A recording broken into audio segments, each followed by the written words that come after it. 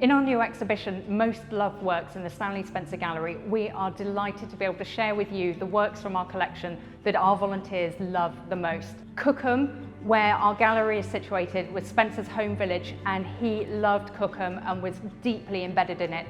And many of the paintings and drawings in our collection are set in Cookham, just a few hundred metres from where I'm standing now.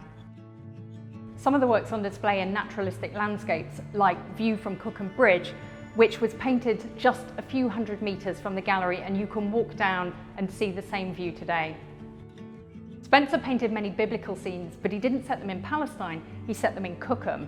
Scenes such as the Last Supper, which you see on the wall behind me, he set in the loft of the malt houses, which were just behind the garden of his family home Fernley on the High Street.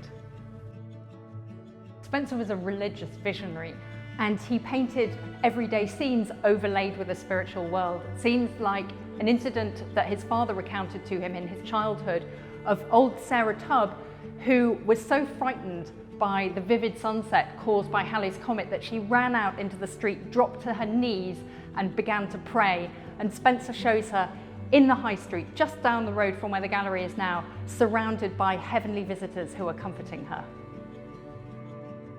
Some of the scenes that he painted that look like they're ordinary everyday activities taking place in Cookham actually have a second spiritual meaning. So Girls Returning from a Bathe in Spencer's imagination is two girls returning from having witnessed the baptism of Christ taking place in Odney Pool on the Thames, which is the spot where Spencer and his brother used to like to swim every morning. Neighbours is a painting based on a memory from Spencer's childhood. He lived at a house called Fernley, just down the High Street from the gallery, and next door in a house called Belmont lived his cousins. And in the painting we see his cousin reaching over the hedge to pass a bunch of tulips to Spencer's sister Annie, and the bough of the apple tree behind them is mirroring the girl's arms with the curve of its branch.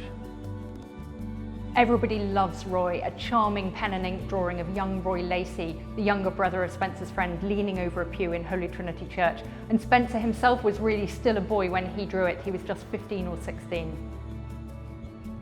The portrait of Eric Williams is one of Spencer's most sympathetic portraits, and you can see his admiration for the sitter really shining through, because Williams was a great RAF war hero who had tunnelled to escape from a notorious German prisoner of war camp. And when Spencer went to paint him, he was so impressed by him, he called him a hell of a chap. And although he was commissioned just to do a pencil sketch, he wasn't satisfied with it and decided to paint him in oils for free, and spent 2 whole weeks meticulously painting the ribbed stitches on Williams's woolen sweater.